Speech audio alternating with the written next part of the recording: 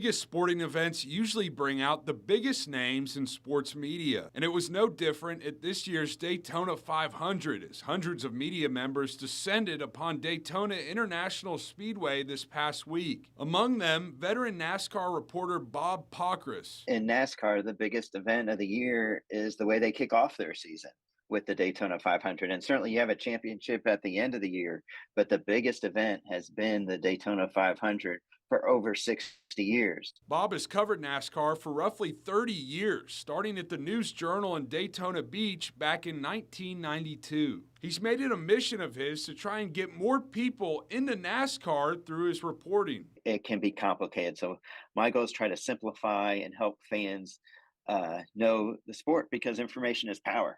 And information is the more you know, the more you can enjoy what you're watching. Bob has many fond memories of covering the Daytona 500, including Darrell Waltrip dancing in victory lane after winning the race in 1989. One he says really stands out, though, is Dale Earnhardt finally winning the Daytona 500 in 1998 on his 20th attempt. Like hit a bird during one race, runs out of fuel, just all these things that kept him from winning the sport's biggest race. And as one of the greatest racers of all time, you felt like he had to win this race, and he did in 1998. And all the crews came out to congratulate him in kind of a receiving line. One of Bob's favorite parts of his job is interacting with racing fans, and he admits it never gets old hearing them talk about his stories. That's all the motivation I need to continue to try to put out information, because you know that you kind of gave them you gave them something to talk about. You gave them some information that they didn't know that they found interesting.